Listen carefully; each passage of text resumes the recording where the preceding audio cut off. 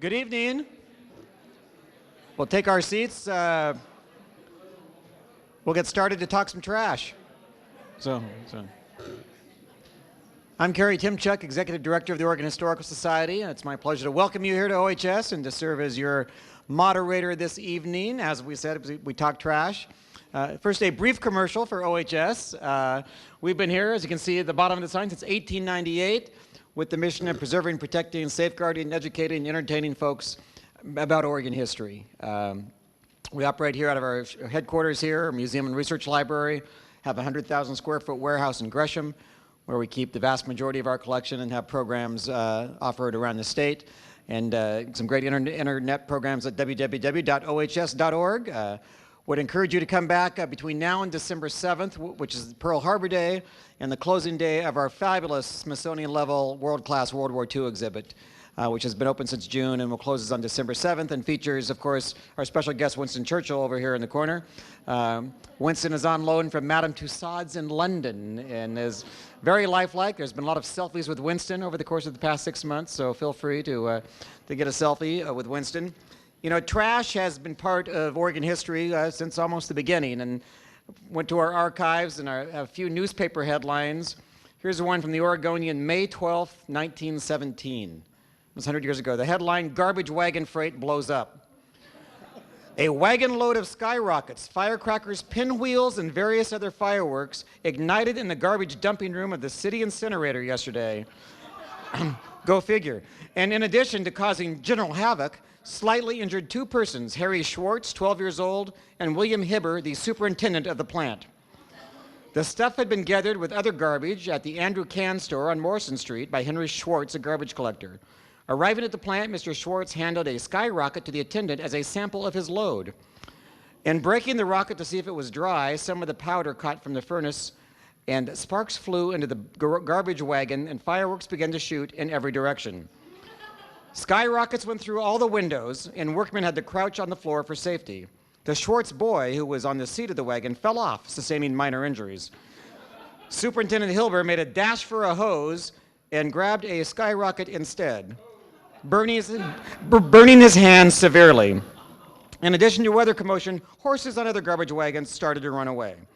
The fireworks display finally played itself out, and the garbage wagon bed was found to be practically demolished by fire. Headline in the Oregonian, May 12th, 1917.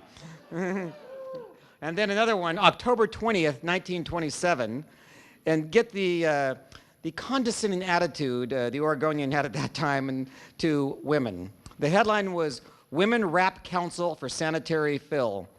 Delegation storms hall to protest stench." Infuriated women, driven from their homes by the stench of an alleged sanitary fill being built at East 39th and Alberta Street, yesterday stormed the city council and demanded that something be done to protect their homes from offensive odors. The women were so angry that they all talked at once.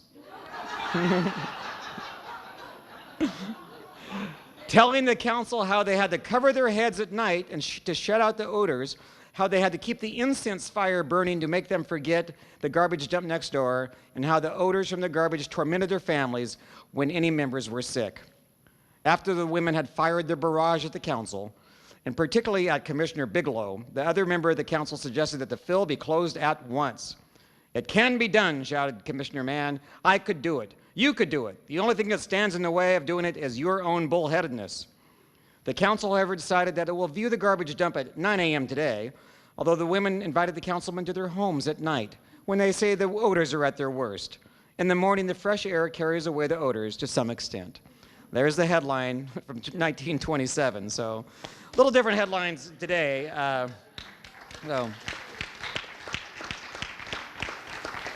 As you know, Metro is responsible for managing the region's garbage in a way that protects the public's health, protects the environment, and gets good value for the public's money. This fall and in the months ahead, the Metro Council is going to be considering options for how best to deal with the items we don't want, after we've recycled, reused, and composted our discarded items. Tonight's conversation will help inform decisions by the Metro Council on how we can leave a stronger environmental legacy for future generations. And I want to acknowledge tonight, if it stand as I introduce you, Metro councilors here tonight. We have Council President Tom Hughes, Councilor Shirley Craddock, Councilor Carlotta Collette, Councilor Catherine Harrington, Councilor Bob Stacey. Metro councilors here tonight to hear your...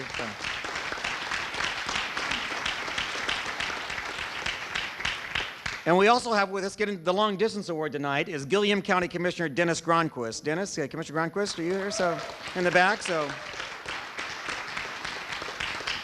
As you probably know, Gilliam County receives some from the garbage from Metro, so we'll be hearing about that more tonight. We'll learn a little bit tonight about the treasures of past generations, how they're buried in our midst. We'll talk about what items we throw away and how they might tell future generations about the way we live. And we'll talk about how we've grown smarter about how and where we throw things away, and what we might still have yet to learn about where we send our garbage. We have three expert witnesses tonight to bring us up to speed, and then we'll have a Q&A session and where you can be involved as well. Our first speaker is Dennis O'Neill. Dennis is a retired engineer who worked at Metro from 1980 to 2004. If there's a local landfill historian, it's Dennis. Dennis will talk about how we got to where we're at, what he's seen in our waste system historically, and what future generations might learn about us based on what we've thrown away. Join me in welcoming Dennis O'Neill.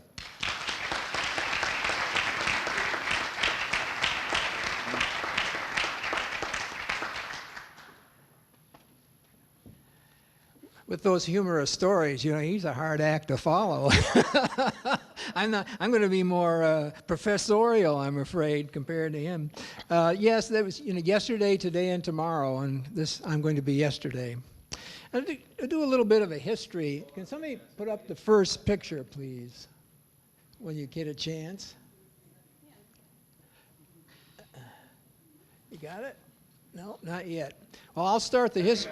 There we go. Okay, what our treasure says, where we're going. Okay, and you can see it's sort of messy out there. I have a feeling I don't remember this particular shot, but I have a feeling it might be St. John's landfill up in North Portland. I was intimately involved because I was in charge of closing the landfill and all aspects of it until I retired, as a matter of fact. And of course, you notice all the birds. You have to be a little concerned about birds near a airport because when the plane's taking off and things like that. Fortunately, we weren't that close to the airport. Let's see, okay. All right, our landfill legacy. I was proud to say that one of the last documents I oversaw was this. Our landfill legacy, in a sense, gave a history of solid waste landfills in the Portland metropolitan area. And I'd like just to read a few items from that, and then I'll discuss those pictures, which you might look at carefully, and you might get some ideas of some of the risks we have from a landfill, but just by looking at those pictures, old landfills. Look, obviously, the health concerns were the things that really stopped people from simply dumping their trash on the streets of Portland. In 1880, the city passed an ordinance creating criminal sanctions for placing debris in the streets. And then in 1884, they said you had to take all the stuff outside the city limits. Doesn't that sound familiar? Let's put it somewhere else type thing. And then the city went into the incinerator business, really. They built an incinerator in Northwest Portland up in the industrial area first, and filled, burned and then filled with the ash from that. And then in about 1932, they built an incinerator on Columbia Boulevard. Maybe some people very vaguely remember that. And then they had to deal with the ash. So they simply moved it across the street and started filling towards the Smith and Bybee Lake area. And then they built a bridge across there, and there was a sort of a funny shaped island, basically with a lake in the middle. And they said, well, that's rather useless property, so let's continue the city landfill right across that area. So St. John's landfill continued on from about 1930, mid-30s, when they actually crossed the river, across the Columbia Slough, and then until 1991, as I recall, is when we finally closed it completely. Also, though, the waste changed. I mean, if you think about it, in the old days, there weren't a lot of cans and all kinds of plastic and things like that. It was mostly bulk food, so you simply, they would compost the food, and there wouldn't be so much packaging, you might say. And there was also the horse manure and ashes. If you think about it, people had coal stoves, and wood, especially out here, wood stoves, and they would be dealing with the ash. So as the waste volume went up, the city had to deal with a larger and larger quantity of waste. Also, the suburbs, the same idea.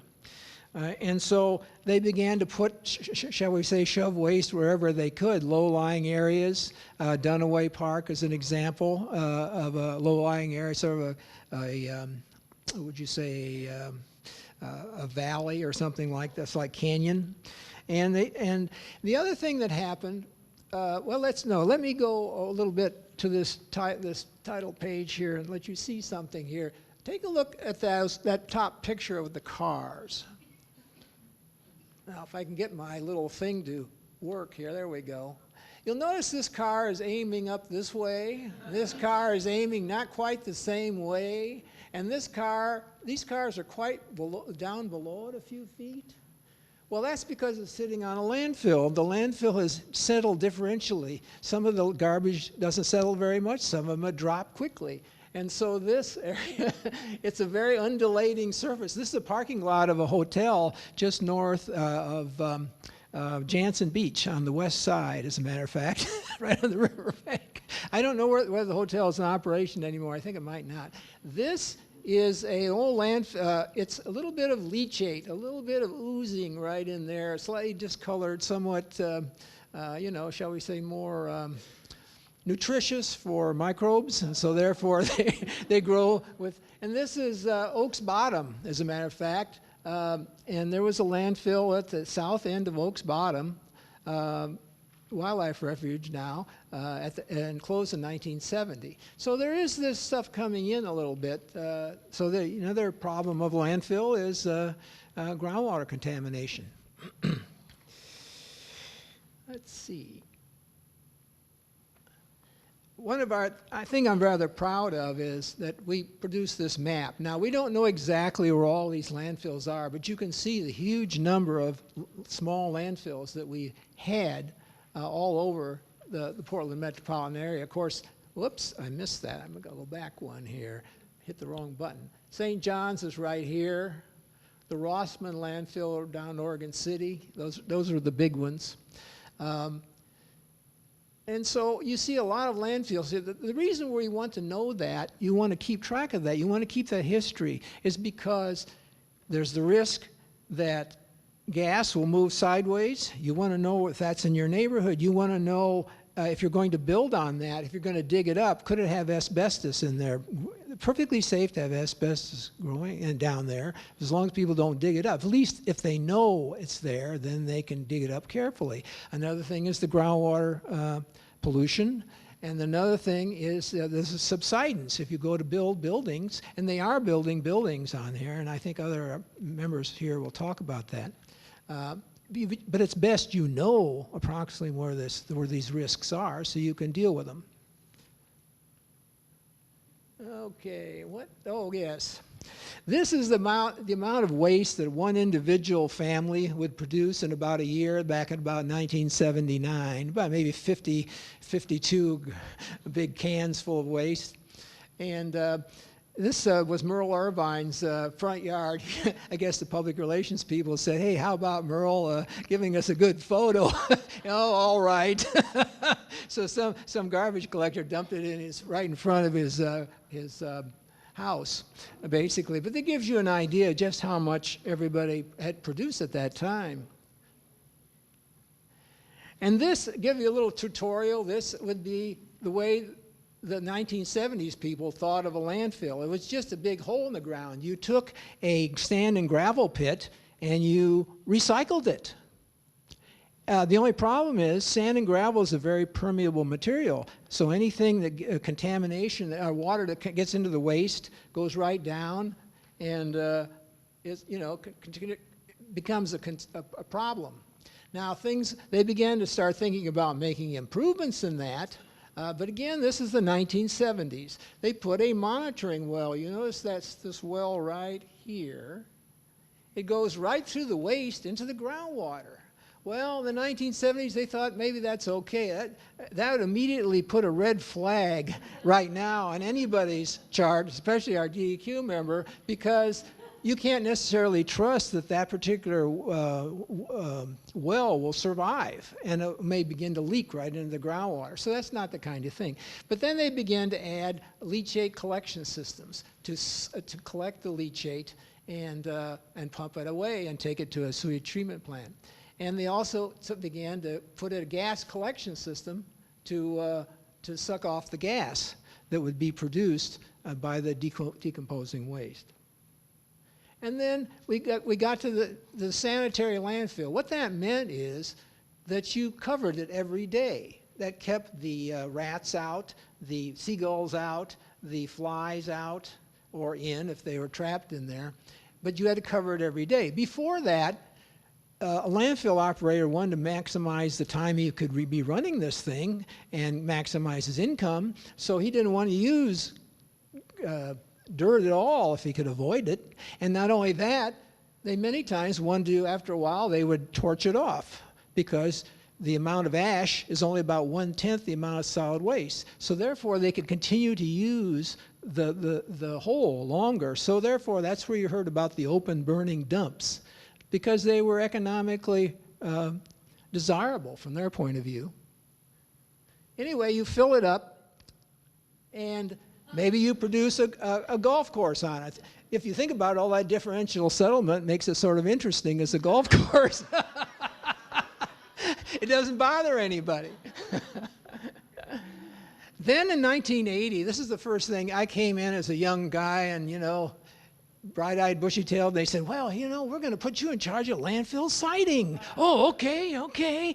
I learned, boy, it's sort of like going to war. But anyway, these were our some of the criteria we used in 1980. I throw them up because I think many of them, or most of them, are still quite valid today in a general sense. You need to think about the zoning. What's it being used for? Who's next door?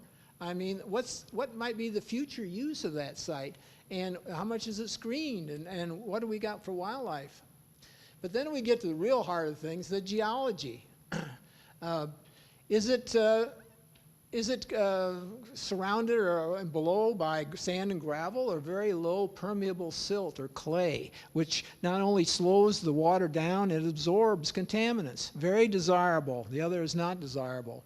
How far is the groundwater? You notice we have some, I think those are like additional points, you might say. The soil depth, again, is it clay, and the type of soils around it? How far to groundwater? Which way does the groundwater go? Who's at the other end of that groundwater flow? Is this a municipal well, or is it only one or two people? Surface water, how close is it to surface water? How big is the surface water? And then the flood potential. Could a flood come right up and lift it all off, or wash away the sides of it? Significant issues.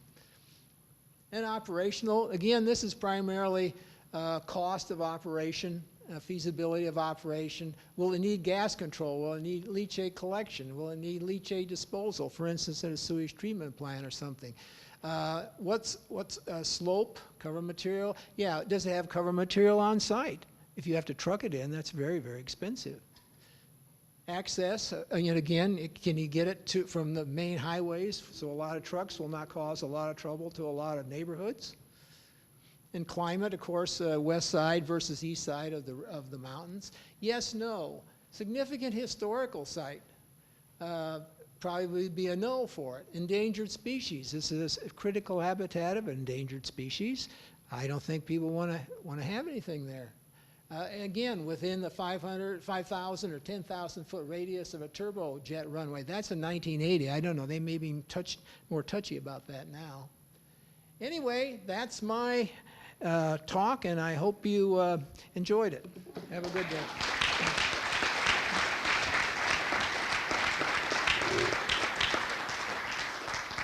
Thanks, Tim. Our second speaker is Steve Greenwood with Oregon Solutions. And Steve was an administrator at the Oregon Department of Environmental Quality, the DEQ, in the late 1980s, much in his childhood then, at a time when the Portland area faced very difficult choices about where to send garbage and how far away to send it. Steve's here tonight to discuss the paradigm shift that happened about 25 years ago and how we address garbage and how it informs our approach to garbage today. Join me in welcoming Steve Greenwood.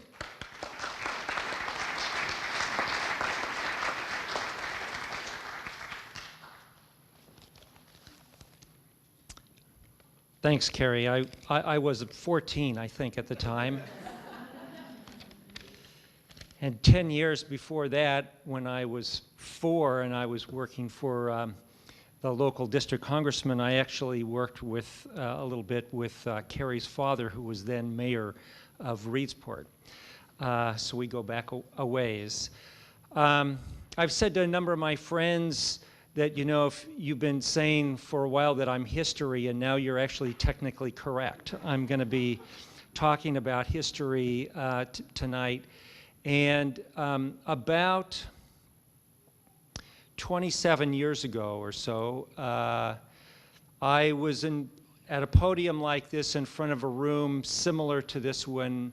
It was about 1988. I was DEQ's solid waste manager at the time, and I said to the assembled folks, I said, you know, we are, ladies and gentlemen, in the middle of a revolution. And as I look back on it now, 30 years later or so, I believe more than ever that what happened in Oregon and in the Portland metro area really started with the Portland metro area, was nothing less than a revolution. And Dennis has done a great job of talking about how we used to think about solid waste disposal. I remember a time when my wife Lynn was in the 1970s, was the recycling coordinator for the Coos Bay area in Oregon. And at that time, you know, recycling was a really nice thing that people who basically were called hippies tended to do, you know, to kind of their social conscience kind of thing. And I remember a person on Lynn's board said, you know, maybe someday we'll actually have curbside collection of recyclables just like we have for garbage. And everybody looked at him like he was completely nuts. Only a few short years later, in 1983, people like Jerry Powell and Lori Parker spearheaded the Oregon Opportunity to Recycle Act. That was in 1983. And when I took over the landfill siting effort for DEQ in 1985, we were still just beginning to implement that act. And in fact, the legislation that gave us the authority to site a landfill for the Portland metro area also said, and in addition to the Opportunity to Recycle Act, Metro shall go even further in terms of waste reduction and recycling. So we were given quite a charge, and we went really in a few short years from where recycling was a marginal activity to where recycling was a way of life for everybody in the Portland metro area. That was a paradigm change that really changed the economics of solid waste. The second thing that happened is that we went from the kinds of old landfills, small landfills that Dennis was describing, the open dumps, really, or in some cases open burning dumps, to state-of-the-art landfills that used all of the latest technology.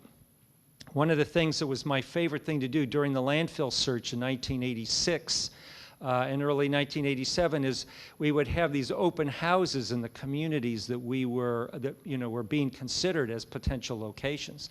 And we would have a piece of 60 millimeter thick landfill liners, the plastic landfill liners, because people had no conception really of what we were talking about. They were, thought we were going to use saran wrap or something, and so we kind of had this contest in each of these communities of, well, these were mostly rural communities, right? And it's like, okay, is there a guy in here who can rip this, landfill liner apart? And it was I wish I had some video of some of those, you know, burly guys, you know, trying to be macho and rip that landfill liner apart. Again, it was a paradigm shift. It was a revolution, not just in the design, but frankly in the cost. We're talking about the cost of disposal that went up by at least a factor of 10 because of all of the engineering and all of the precautions that were put in, that were going to be put into the new landfill, that we basically promised people that we would do. So what we said to the people in the Portland metro area is, we're going to reduce as much of this waste as we possibly can. And we're going to use, we're going to find the best location we can in terms of environmental protections. And then we're going to put state-of-the-art controls on whatever site we choose. And then the legislation authorized us to do one other thing. It said essentially that any community that ends up taking the trash from the rest of the Portland metro area is doing something on behalf of the whole region. You know, they're kind of stepping forward, although most of them were actually running as fast as they could in the other direction. But metaphorically speaking, you know, that community would be doing something, doing its share on behalf of the entire metropolitan area. And in exchange, the entire metropolitan area would be paying 50 cents per ton for as long as that landfill existed, of ton of the waste would go to that local community. And that was a very, I think, understandable and well-intentioned kind of policy. It did not help us in terms of citing the landfill, because people said, oh, you know, you're just trying to buy us off. What, you know, what is this? We're not, you know, you can't buy us off with 50 cents a ton. So we went through this process, and I guess the other thing I would like to say about it is that we set some precedents nationally, I think, in terms of the process itself, in terms of involving people, informing people, the public participation process that we had. I think there were over 100 meetings that we held, some of them quite large. And, you know, people felt, I think, listened to. But at the end of the day, there was not a landfill sited in the Portland metro area. And because of the sort of, you know, the rancor that naturally comes up, there was a private company that said, you know, maybe let's have an alternative that's sort of ready in case this thing doesn't happen. And it was a very tempting kind of alternative, because it was, among other things, about 140 miles away. But it was also in a very arid location, very good location, really, environmentally, to put a landfill. So that was the other paradigm shift, because really for the first time, we talked about the cost and the public policy decision of sending waste long distances in order to have it be in the best possible location. And it wasn't just Portland that was doing that. It was Seattle, and really communities all over the country. And we sort of began a trend that was replicated around the country. And I was kind of disappointed at first. I felt like, you know, we in the Portland metro area sort of shirked our responsibility to take care of our own. And I didn't feel particularly proud about that. But then I sort of changed my point of view, because the cost of shipping that waste was significant. And everybody in the Portland area then and now were paying that cost. So it wasn't like we were getting off, you know, scot-free. And we are paying that fee to, you know, the good folks in Gillum County. And so it's, you know, it's all sort of worked out. One other thing that happened that I just want to mention is that a new problem arose, which was with these large landfills. How do you deal with waste from out of state that wants to come to Oregon? And so later on, I got involved in that issue as well. So the new paradigm created its own new set of problems that we had to deal with. So we had a revolution. We really changed the way we dealt with garbage. And it's really interesting to me to see Metro now saying, well, okay, what's next? What are the changes that are going to happen next? I think Tim may be talking about that. Thanks.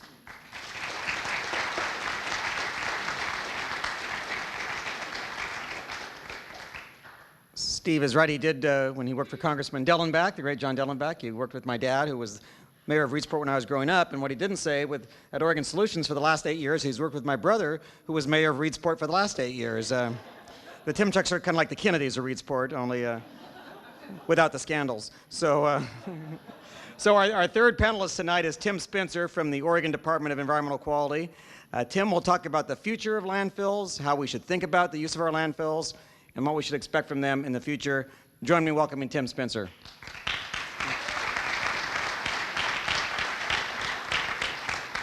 Thank you. First, I have a question. Is it okay to talk about the future in this building?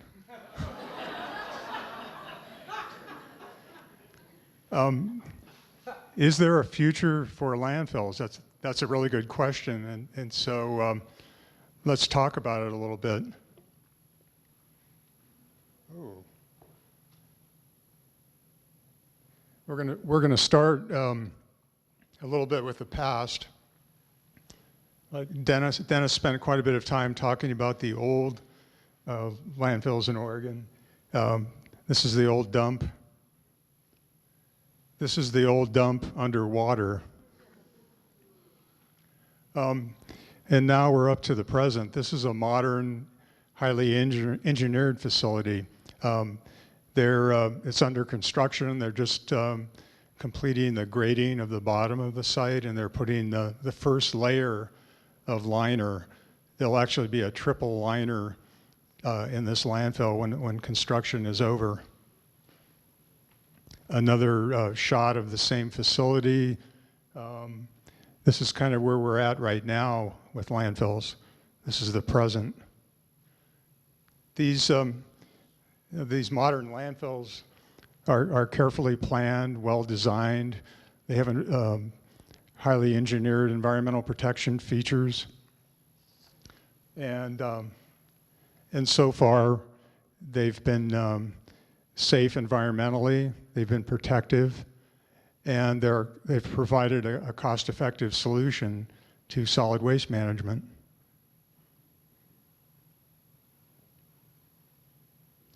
Oregon has a lot of space for landfills. That's one of the reasons that landfilling is as cost-effective as it is.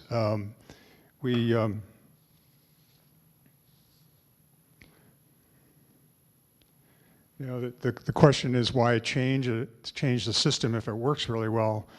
Back in the days, every city and county had their own little facility, and now today's landfills are much larger, more complex, and they tend to be further away.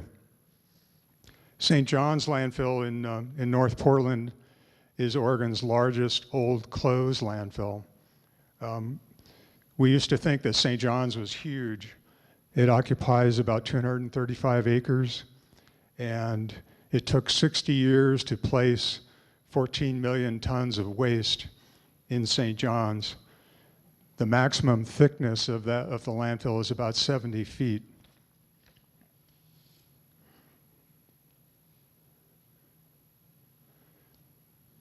After several years of investigating St. John's, DEQ and Metro determined that no major environmental cleanup was necessary. An engineered cap that was placed by Metro and the natural environment's resiliency were enough to prevent widespread environmental damage. 14 million tons was a lot of waste, but it wasn't enough to irreparably damage the surrounding environment in that area. The largest active landfill in the state is Columbia Ridge Landfill, located near Arlington. After 25 years of operation, it contains about 50 million tons of waste. Columbia Ridge has over 100 years of remaining capacity. When full, it will be over 500 feet thick and contain more than 300 million tons of waste.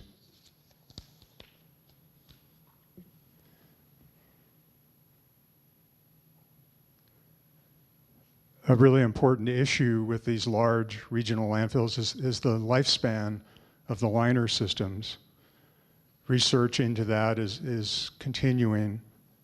Geosynthetics Institute is the main researcher in the US, and they recently concluded that the main material that's used to line landfills has a lifespan of about 400 years. That's good news for the sake of future generations, but we need definitive answers about the long-term environmental risks of these really large landfills.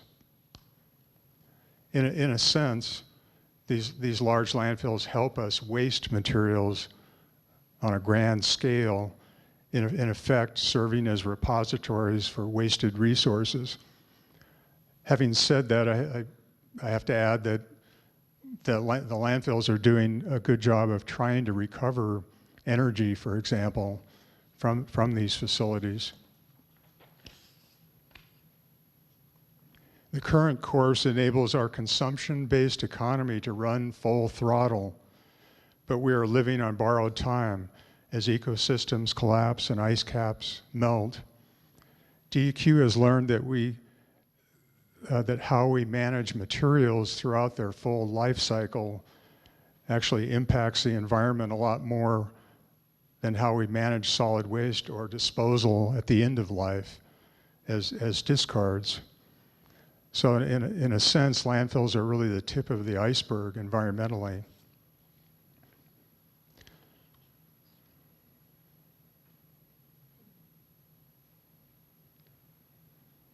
Progressive European countries, including Germany and Sweden, rely heavily on incineration to reduce landfill space demands.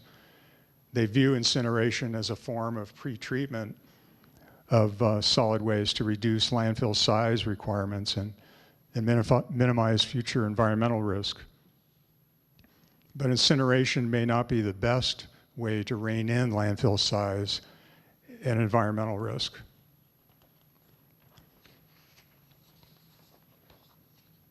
Incinerators are very expensive to develop and operate,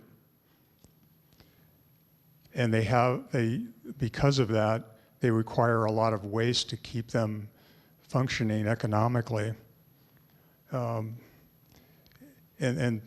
their hunger for incoming waste may run contrary to recycling and waste reduction goals, ironically.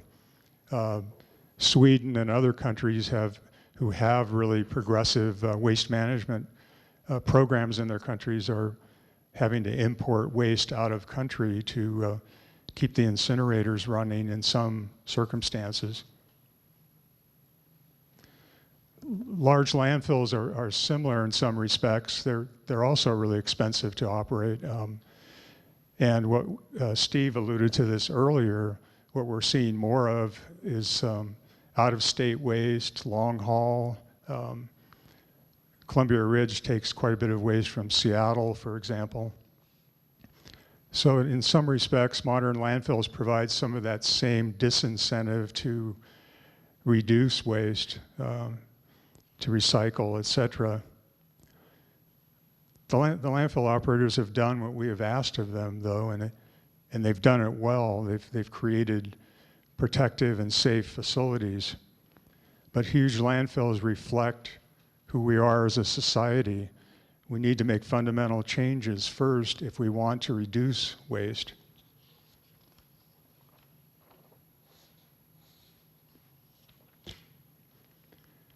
I mentioned that landfills are the tip of the iceberg environmentally. Materials management is really the iceberg in its entirety, including solid waste management and landfills.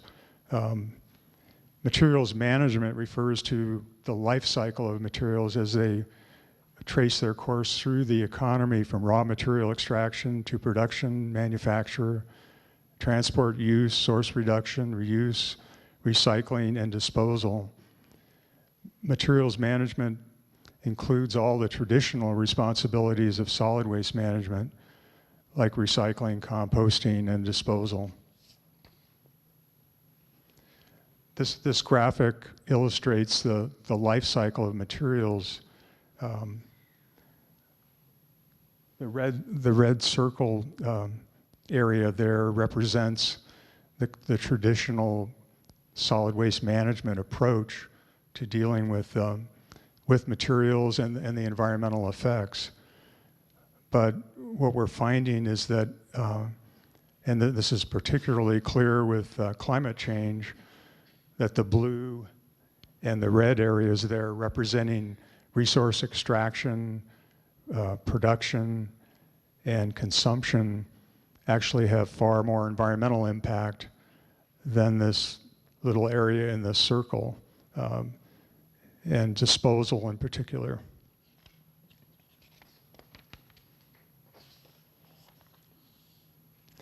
How do we get into a holistic mode, a holistic materials management mode? It has to start with an idea. In 2012, DEQ adopted what we call the 2050 vision for materials management and framework for action. And it has some really simple, basic principles that we're working toward. Producers make products sustainably, so every option is sustainable. People live well and consume sustainably. Materials have the most useful life possible before and after discard. What about materials management and landfills? As we move further into this way of managing materials and waste, landfills will change. Waste generation will plummet as we learn to consume sustainably and use materials wisely. Landfills will play an important role in materials management, but they will need to downsize and diversify to help us prevent waste and recover reusable materials. Landfills already receive less food waste. That's been one advance in other organics. As a result, landfill contents are becoming less biodegradable, and we will see declining landfill gas in the long run. Modern landfills have efficient gas collection systems, but they're not 100% efficient, and they do contribute to climate change.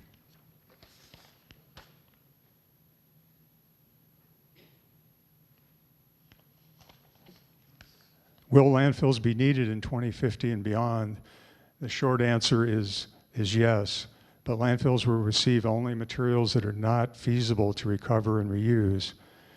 One thing to consider with landfills in the future is to maintain reserve landfill capacity in case we ever need safe places to store and manage natural disaster debris. As we consider the future of landfills, other places have different ideas, such as San Francisco, which has adopted a zero waste policy. Oregon DEQ has not adopted that approach. We believe that we can gain more environmentally by managing materials upstream in production and consumption.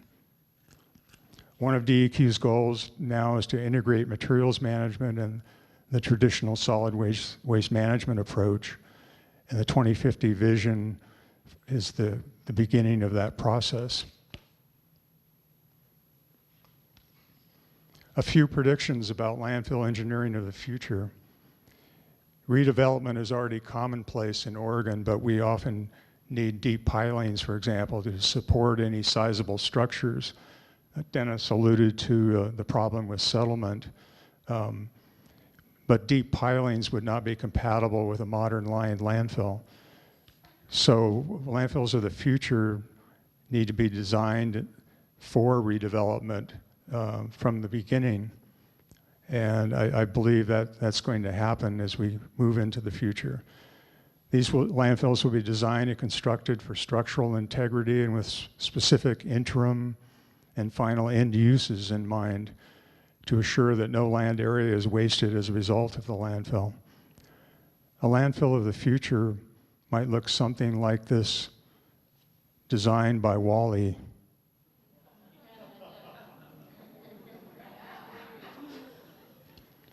Thank you. That concludes my presentation.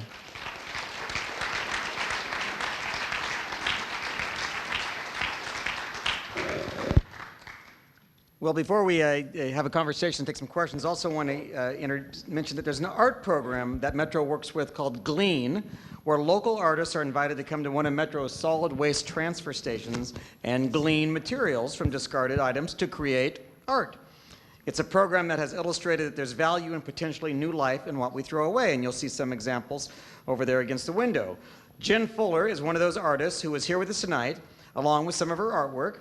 Jen works primarily with metal and glass and has unique insights into what we throw away and what it says about what we value or don't value. And we're going to turn the event over to Jen, and she's going to talk about what she's learned and observed through her work with Glean and using discarded materials. Join me in welcoming Jen Fuller.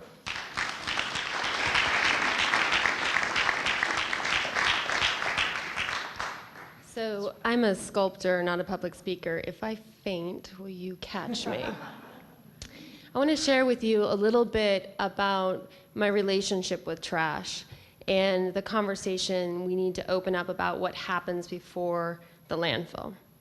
I was a artist, one of 6 artists selected for the original program of Glean in 2010, which allows artists to enter the landfill for 6 months, actually the waste transfer station, for 6 months to take anything that we find for the purposes of creating art. Let's see. I was an emerging artist at the time, and that accessibility to materials was stupendously exciting.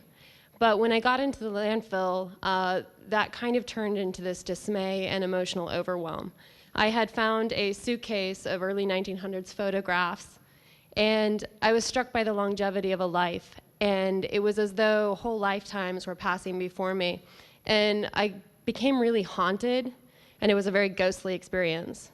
So I created a body of work for the city, trying to reanimate what I was finding, and I built a room and scored a soundtrack so that everyone who visited that could have that similar emotional landscape too. What was most disturbing about my time in the landfill, however, was this sort of out of sight, out of mind mentality that our society seems to be procreating. On the right-hand side here is one person dropping out of their car in 5 minutes materials that I was able to pick up. It's only a fraction of what I found. And this slide represents only 2 days of the 6 months that I spent taking materials. All of those tools had brand new stickers on it, including the wet bag from North Face with a tag that had $300 price tag on it. I still use all of these materials in my studio to this day.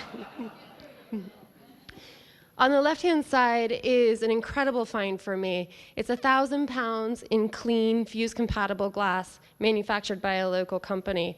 And I contacted the company, and if you're a numbers person, that glass is worth 7 times the truck I drove away in. If you're an emotional person like I am, that glass is worth 5.5 years of creative expression, freedom without material value to create, and it has moved entirely into my new body of work that I'm still using, and I have yet to move through even half of that glass that I gathered 5 years ago. I want to leave you with the sentiment that what we throw away does not actually go away. And what we throw away only becomes inaccessible in the landfill. And what we throw away can have a huge and lasting impact onto another individual, like it has on mine. Thank you.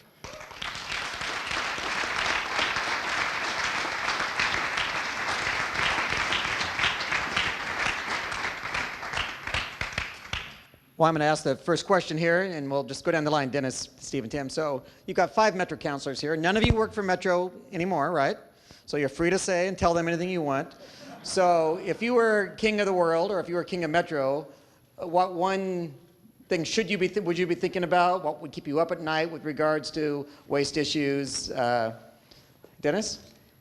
Oh, I think Tim's idea of the materials issue. I mean, the waste is only a small percentage of it, and we need to deal with this whole issue of the extraction, the transport, all those trucks moving all these things, all those trucks producing all kinds of contamination. I realize, however, that the councilors have a hard time because their mandate is primarily for the solid waste disposal. I understand that, but the real problem, I think, is Tim's more than anything.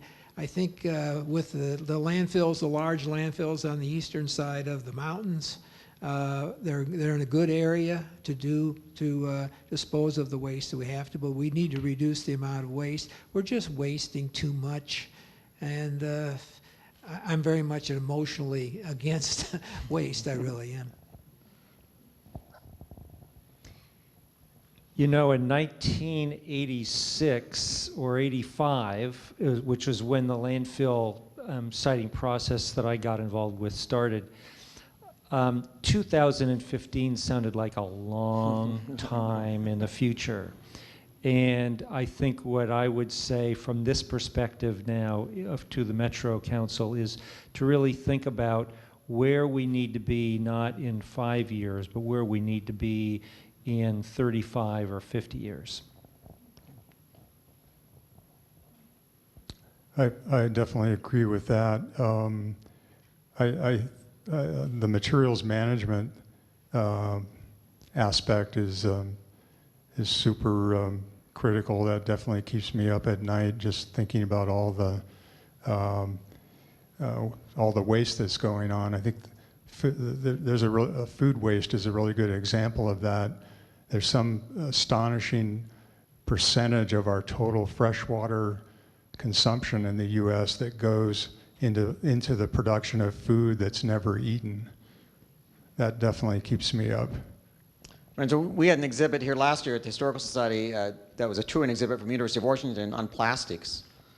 And one of the parts of the exhibit was the amount of plastics from one surgery in a hospital, and that was waste. Phenomenal amount of plastics. It's amazing.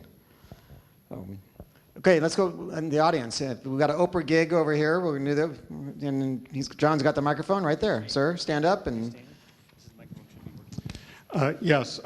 So some of the panelists, I think all of you, alluded to the Portland garbage or the Metro garbage going to Columbia Ridge on the arid west side, the arid east side in Gillum County. But of course, about a quarter of Metro's garbage goes to Riverbend landfill on the west side in an area that gets even more rain than Portland. And this is located in salmon habitat in a seismically unstable floodplain just outside of McMinnville. What does it say about us as a culture if we choose to continue and to send our garbage to that area just upstream from our drinking water as we move into the future? Do any of you know any more about Riverbend, or you can speak to that? Go ahead. I would just say that that siting a major regional landfill anywhere in Western Oregon is difficult to accomplish, and because of the population, environmental factors. Environmentally, it's possible to build a safe landfill in a wet area, but it's a lot more expensive to operate. There are more complexities dealing with the contaminated water, for example. Riverbend is a site that's being considered for expansion at this point in time. All of our regional landfills are eventually going to run out of space or face expanding, and as any landfill gets larger and more conspicuous, these facilities become more controversial. And certainly, as Steve alluded to, in trying to site a landfill in the Portland metro area, we had to deal with not only the environmental challenges on the west side, but a much more populous area and a lot more public opposition. And so a landfill that expands in a populated area is going to become very unpopular, whether they can protect the environment or not. And I do know that River Bend is using the same design principles as all of our regional landfills. They have minimum requirements they have to meet for how they design their liner systems, how they manage pollutants, including landfill gas and leachate. So I'll see if anyone else has a comment on that. All right. Other questions? Up here. I'm going to go back here. You go back there, and then I'll come up here. So next. So go ahead. You can stay there. So. Thank you, sir. Hi. Thank you all for coming. While recycling and composting are obviously the solutions to waste management, for those types of waste, until that time when everything can be either recycled or composted, that we need to take care of. I heard you speak of waste burning, powering power facilities. Have any of you, I want to hear what you have to say about the prospect of plasma waste conversion that I've heard about being very successful in countries like Japan, using plasma torches to reach temperatures so high that materials are disassociated with each other, creating slag, which can be converted into slag wool, a very insulative material, slag bricks, which can be used in construction, and gravel, obviously, which can be used in construction, and also syngas, which can be further, after it is used to heat boiler water, can be used further for combustion and power the facility and be sold to the power grid. It seems like a very no loss scenario. Any of you experts on that? I'm not an expert on that, but I believe Columbia Ridge Landfill has an experimental project involving that technology. I don't know very much about where they are with that, but I believe they're experimenting with that. Steve? I don't know anything about that technology, but it prompts a thought that I want to share with the Metro councilors and maybe other people in the room, which is that when we did our reboot in 1985, one of the things that happens when you start talking about garbage is that there are all kinds of people who have all kinds of interesting technologies that they want to tell you about. And, and some of them may be brilliant and the exact right solution, and some of them may be crazy as loons. And the ability to sort of, and you don't want to just dismiss any of them, but be prepared, Metro councilors, because you will hear as you go through this from a whole bunch of folks about a whole bunch of technologies. Well, and if I might add to this, we are blessed to have really phenomenal staff working at Metro in this arena, and they've been working with outside experts, consultant experts as well. So they have been investigating different technologies and have been doing reports and whatnot. So we're going about this hopefully in a very wise fashion, and all the information is publicly available as well. So thank you for the question. I have a question for you. If we might go back to talk a little bit about the Oregon DEQ and the 2050 vision for material management. I was struck by what Jen shared with us in terms of the amount of really useful product that we are throwing away, getting rid of, and that's going to these transfer stations, and it really has additional life.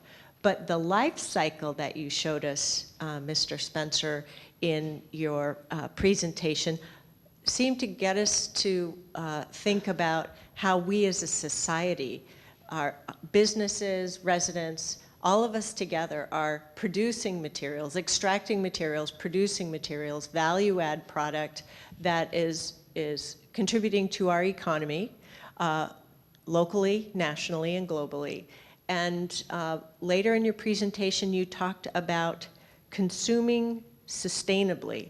And maybe I have a lack of imagination, but I'm really trying to imagine what is it I'm going to need to be doing differently 10, 20, and 30 years from now. So I'm wondering if you could spend a little bit more time telling us about that vision and help us imagine what our future might entail. Thanks for your question. I'm not an expert in that area, but I'll attempt to answer your question. What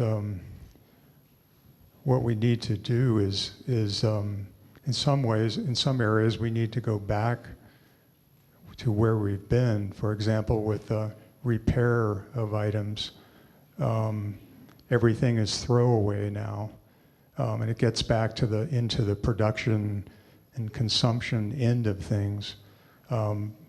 We've gotten to the point where we don't value what we have very, very much, because we must not, because we immediately see something new and bigger and better, and we run out and buy that and throw the other away. So I think a lot of it is we need to start a dialogue about what's really important in life, and it's not about we're a material, very much a materialistic society. We're known around the world for that. I think it's time to change that paradigm. That's for sure. In every way that we can. It gets in the production end of things. We need to start making better quality products that actually last, and that can be repaired. As I was getting at, with food. We need to grow food that is only grow food that's nutritious, that we're going to eat, so that we're not wasting all the resources that go into producing food that gets thrown away. Those are a couple of examples, but Steve talked about a revolution in how we looked at landfills and how we designed and developed landfills. Well, we needed, I think, an even more radical revolution in how we view materials and how they connect to the larger environment. In so many ways, we're living on borrowed time in the sense that that we're flooded with cheap products that we can just throw away. But ironically, the cost of that wastefulness will wind up costing us far more in the long run, and we will have to pay for it later. We're starting to pay for it now with floods and hurricanes and etc. Anything to add to that? Everybody raise their right hand. I pledge not to buy the new iPhone 7. So other questions? Back, Yes. oh, there you go, right there, so thanks. Oh, yes, I can stand. All right, so I was trying to write my notes because a lot of thoughts are going through my head right now. One of the things that's really, really awesome about having a regional government is that you can have strategies that encompass a larger area, and the Metro Council is able to do something that's really innovative, and we've got this history of doing that, so it's great, especially with diversion of materials. One thing that I do worry about a little is that it seems like with human nature, the only time we ever really change is when there's pressure to do so. And so I'd like to hear your thoughts a little bit more about incineration and what you were talking about, that it sets up a competition for feedstock and how that might impact the decision here to do so, instead of working a little bit harder and being more innovative with a long-term approach to materials management and upstream resources. And along that line, are we ahead of, Oregon's traditionally way in the forefront on environmental issues. Are we ahead of other states on what we're doing with our waste? That I particularly couldn't talk to, but I can talk to about the issue in Europe. I just gave out a few copies of an article I see about Germany. Germany has really gone into recycling heavily, and Germany has very much gone away from landfills and into burning the waste and making energy, in other words, electricity or something like that with the steam. Well, now they've done such a good job, they're not getting enough waste to keep those energy recovery plants operating. So they're actually importing waste from as far away as Ireland to deal with their waste problems. To deal with the need for waste. In fact, I'll give you a good example too. It wasn't mentioned yet, but for some of our Oregon City transfer station waste goes down to Salem and is burned in the energy recovery facility just north of Salem, about 10 miles. You look to your left, you'll see it north of Salem. Well, we have, as I recall, and I should be careful because I've been away for 10 years from Metro, but at that time, we had a contract with them where when they called for waste, we'd send it down to them so that to keep their generator going. And so whenever they're a little bit low, we send them down. Whenever they don't want it, we don't send it to them. So we have an agreement with them. So there is that definite demand for waste as a resource for those plants. So that's one thing I can tell you. And Steve, with Regional Solutions, you may know a little bit more about the Marion County. Do they regard that as a success, Marion County down there, the generator? Well, I haven't talked to them about that lately, but they certainly did. It was really an innovation at the time, and they were always quite proud of it. And you can see not only the incinerator as you go south, just north of Salem to your left, to the east of I-5, but a little bit further north, north of Woodburn, you can see the ash landfill from the ash from that incinerator. And Tim, you know, is Oregon ahead of the game as opposed to other states? What we're thinking about, what we're doing? I don't know. I don't know that we're ahead of all other states, but we're definitely one of the most progressive states, along with California and Washington and others. A little bit more on incineration for a second here. Back in the 1980s, there was a big push nationally to site incinerators all over the U.S. For some of the same reasons that we're considering them now. Very few of those were successfully sited and developed for a couple of reasons. One was economic, and that gets a little bit into some of the problems we've been talking about tonight, but the economic reason was that there was a cheaper option, namely landfilling. Incinerators are expensive to build and expensive to operate, and so what happens is the government agency or private company that's developing that incinerator has to charge more for waste disposal than the landfill in the county next door. So that was one of the things that defeated a lot of these projects. There was also a lot of public concern and outcry about dioxin emissions and heavy metals in the ash, but also in the air emissions. My understanding is that the incinerators of today are much cleaner than they were even even back in the 80s. So the air pollution control equipment has improved dramatically. So that side of things, of the equation, has gotten better. I don't know if the cost effectiveness of these facilities would compete with landfilling at this point. Other questions? Right there, so. Yeah, this actually follows on, and I'll try to keep it very short. I would encourage you to look closely at the Marion County facility in Brooks. The pollution aspects are extremely low. The environmental impacts are extremely low. Yes, there is a landfill, but that ash is potentially reusable as concrete blocks. And the main penalty is it costs twice as much as landfill. So if politically you're willing to commit to spending more for waste disposal, you've got a really environmentally friendly solution, and Brooks is an excellent example of what you could do. I think I saw, go ahead, Steve. If I can just, you know, there's been a couple of references now to the economics. One of the things that we did back in the 1980s at DEQ is we did some polling of Oregonians, and or Oregonians in general, and also folks living in the Portland metro area.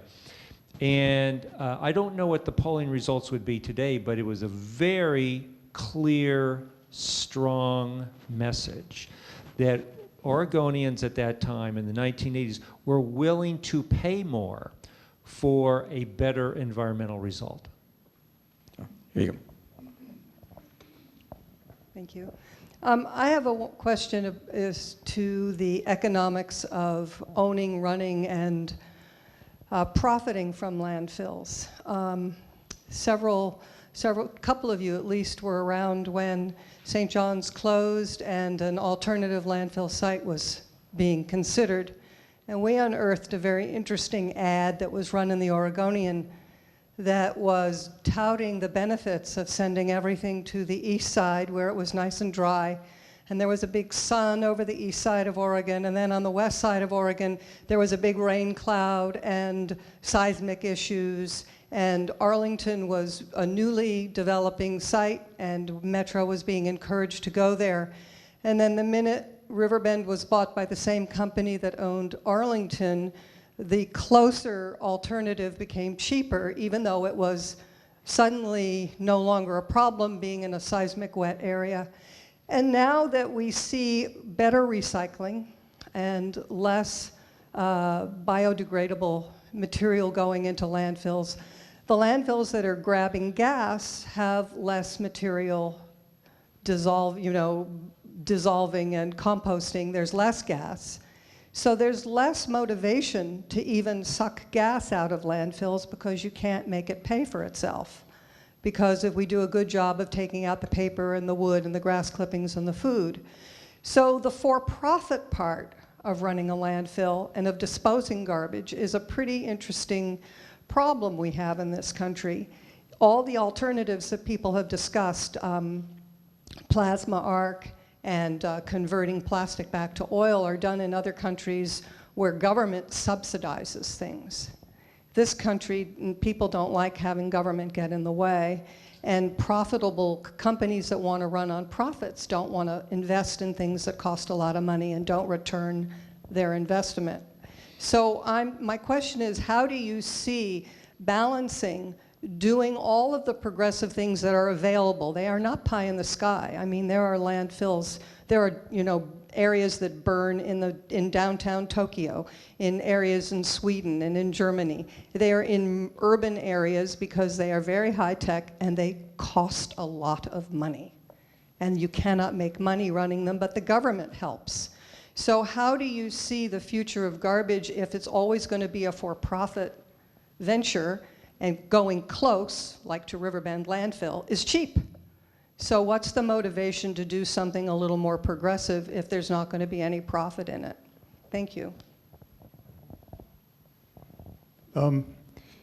Although that's the case in most of Oregon, the private operation of these facilities, it's not the case in other parts of the country. And in fact, Douglas County in Oregon owns and operates their own landfill as a public entity. But there are states like Delaware is a really good example. They have a state solid waste authority. Every solid waste facility in that state is managed by that solid waste authority. So there's a lot of variability in how these facilities, in the ownership structure of these facilities. Sometimes it's public, sometimes it's private. With a private for-profit operation, its size is an interesting thing because the bigger a landfill gets, the more it costs to build it. If you're building a new landfill cell and it's 100 acres, that's much more expensive than if it's 5 acres. And so it feeds on itself to some degree. And if you keep building it bigger, then you keep going farther out and getting waste from outside the state, or in the case of, for different reasons, and with some of the overseas incinerators, they're going out of country to get more waste. But that's really the economic equation. Is you have so much invested in the capital cost of developing the facility, and costs so much to operate it. With an incinerator, that's more fixed, but with a landfill that's constructed in modules, let's say we all stop shopping so much and stop buying so much stuff, and suddenly Columbia Ridge can build their new cell is 20 acres instead of 150 acres. So that can start to change we can start to change the equation. I don't think we can count on the private operators to make the changes. We have to make the changes.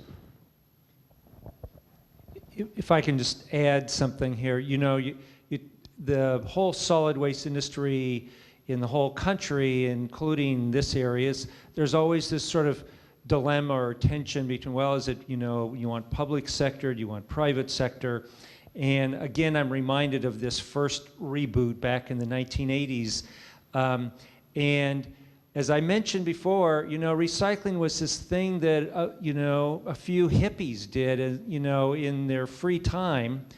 And the garbage haulers, who were decidedly not hippies, thought that all that was just a bunch of hooey. And picking up curbside recycling is way more expensive than just going and picking up garbage. So they were really opposed to it. The private sector said, no, forget this. And then somebody, and I'm looking at Cheryl Perrin here, I think she may have been one of the people who helped them kind of rethink this. All of a sudden somebody said, well, no, wait a minute. It does cost us more. Maybe we can get paid for it. And all of a sudden, all of these, kind of gnarly, to use a word that was brought up at dinner, all these old gnarly, garbage haulers, all of a sudden got religion and said, yeah, let's do this curbside recycling. And one of the, I don't know whether it's still going, but one of the great parties in Oregon was the annual Association of Oregon Recyclers Convention, because it brought together the hippies and the garbage guys, and they were all like celebrating together. So it changed. It really changed, only because of the way people rethought of it and the way that got structured, so that they were able to make a profit. They were able to make money on that more progressive approach. John, you wherever. So yeah, there you go. He's coming over. So Here I come.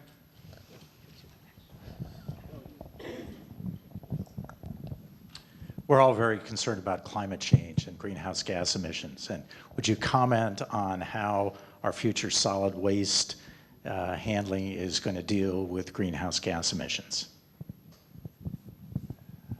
Well, one good thing about the way we're doing with landfills now is that the gases are collected almost in all cases, and they're burned. Methane produces about 19 times more greenhouse gas potential than CO2.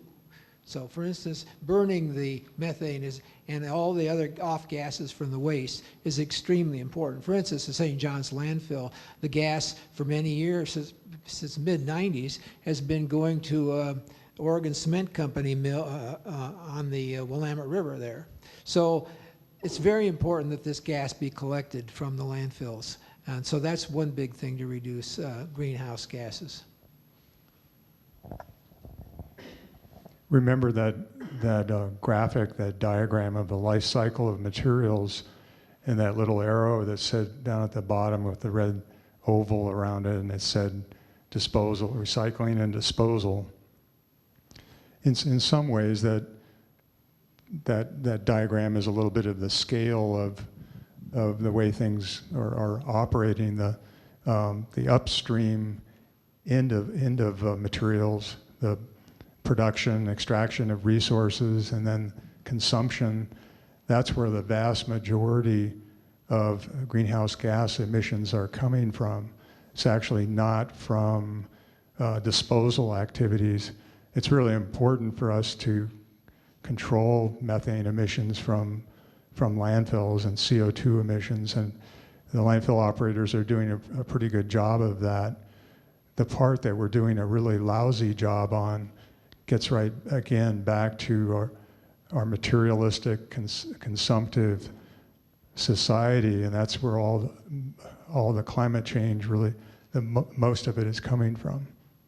Well, Metro wants to continue the conversation with you. If you haven't signed up to receive email updates on what Metro is doing with garbage and recycling, please provide your contact information at the table at the back of the room. You also have cards on your chairs to give Metro feedback on tonight's event. You can do it on your smartphone or through text messaging. It only takes a few minutes. And if you give your feedback, you'll be entered into a drawing for a $50 Visa gift card. We also have some food, more food over here tonight. If you don't eat it, we're going to have to throw it away. And we don't want to do that. So go over and help yourself to food. And thanks for coming, and join me in another round of applause for tonight's panel. So.